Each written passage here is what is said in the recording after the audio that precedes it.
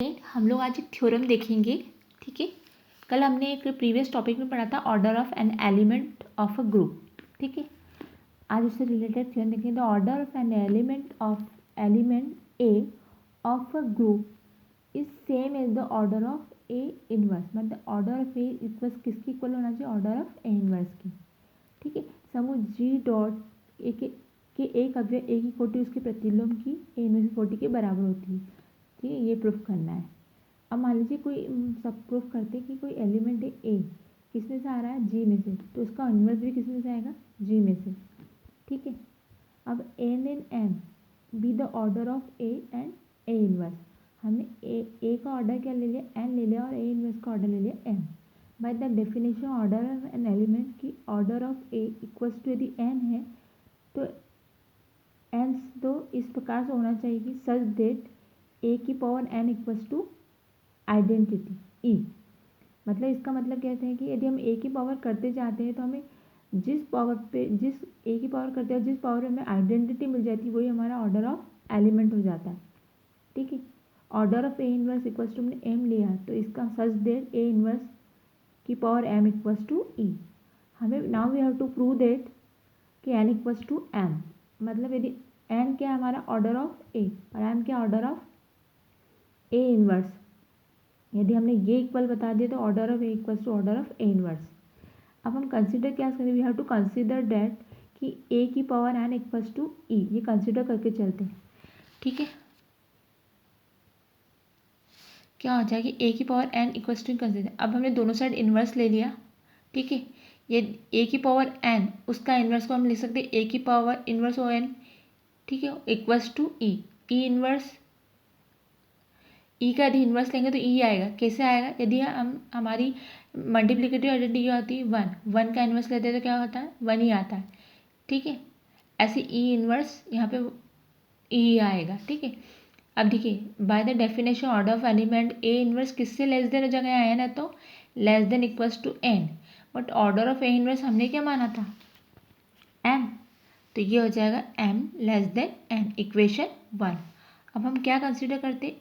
ए inverse उसकी power M equals to e. ठीक है, तो यहाँ देखिए हमने यहाँ यदि एम हमने एम ए को एम ए की पावर एम लिख दिया, इन्वर्स बाहर लिख दिया, लिख सकते हैं इक्वल्स टू ई। अब हमने दोनों साइड इन्वर्स ले लिया तो ई इन्वर्स तो ई होता है, अभी मैंने बताया आपको, और ए की पावर एम इन्वर्स का इन्वर्स क्या हो जाएगा? हमने एक थ्योरम पढ़ा, यदि किसी का इन्वर्स है तो वही एलिमेंट आ जाता है। ठीक है, तो एक या तो फिर इससे ये भी देख लो, इन्वर्स इन्वर्स कैंसिल हो जाता है, ए की पावर एम ही आ जाए। यदि एक थ्योरम भी है कि ये वाले की ए की पावर एम उसका इन्वर्स का इन्वर्स लेंगे तो ए एम आता है, तो क्या हो जाएगा? वही एलिमेंट आ जाएगा। तो ये ए एम आ गया और ई इन्वर्स का इन्वर्स ई आता है। तो देखिए ये किससे लेस देन हो जाएगा? एम से। बट ऑर्डर ऑफ ए हमने क्या माना? एन, तो n less than n. By the equation 1 से m less than equals to n proof कर दिया, और एन लेस देन एम। तो क्या हो जाएगा हमारा? M equals to n. तो order of A equals to order of A inverse. Proof हो गया कि hence the order of an element of group is same as the order of A inverse. अब एक और थ्योरम देखते हैं। The order of every element of finite group, मतलब एक फाइनाइट ग्रुप का एवरी एलिमेंट इज फाइनाइट होना चाहिए, लेस देन हो और इक्वल टू हो। ठीक है, एक परिमित समूह के प्रत्येक अवयव की कोटि परिमित और समूह की कोटि से छोटी या बराबर होती है। अब लेके चलते let G be the finite group. ठीक है, कैसा है? परिमित समूह। सपोज मान लें कि ए किस में से आ रहा है? जी में से आ रहा है। तो हम मान लेते क्या प्रूव करेंगे कि जो ऑर्डर ऑफ ए हमें उसको कैसे बताना है? और फाइनाइट बताना है, मतलब इन्फिनिटी से कम। ठीक है, ऑर्डर। बट हम इसका ऑपोजिट कॉन्ट्रडिक्शन लेके चलते हैं। ठीक है, कि हम मान लेते हैं ऑर्डर ऑफ ए कैसा? वो इनफाइनाइट टाइम तक है। ठीक है, तो हमें इसमें किसमें कैसे नंबर इनफाइनाइट एलिमेंट आएंगे? ऑर्डर ऑफ ए की पावर 1, ए की पावर 2, ए की पावर 3 और ए की power n up to infinite times belongs to G. यदि ए बिलोंग्स टू जी आ रहा है तो A1 ए की पावर 2 ए की power 3 also belongs to G by the closure property. अभी तो ये इन्फिनिटी टर्म्स तक है, तो जी कैसा हो जाएगा, यदि सारी इन्फिनाइट जी में, इसमें इन्फाइनाइट टर्म्स तक एलिमेंट है तो जी में क्या हो जाता है, इनफाइनाइट ग्रुप हो जाएगा ये तो। बट हमने क्या माना, G is be the finite group, हमको दे के भी ये रखा है। But this is not true, G इन क्या है, इनफाइनाइट तो नहीं है, जी का परिमित समूह है, बट ये सत्य नहीं है। Order of G is equals to infinity, ऐसा नहीं है, क्योंकि हमारी हाइपोथेसिस हमने जो मानी वो रॉन्ग हो गई।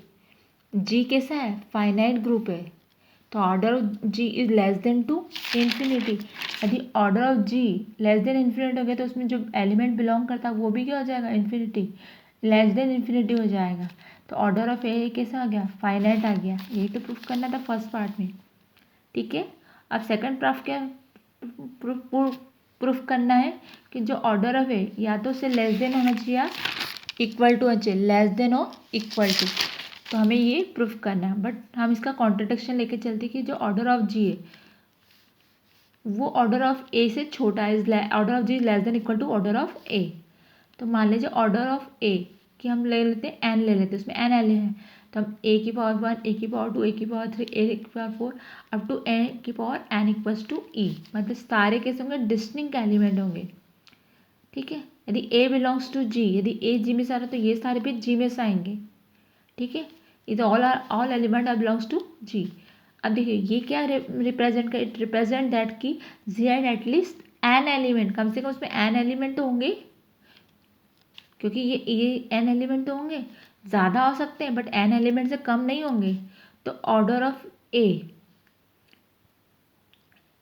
बट ऑर्डर ऑफ ए में तो ए नहीं होंगे, तो order of a less than order of G, क्योंकि ऑर्डर ऑफ ए जो है उसमें तो एन ही एलिमेंट है, बट ऑर्डर ऑफ जी में एटलीस्ट एन एलिमेंट, कम से कम एन होंगे, तो order of a less than order of ji.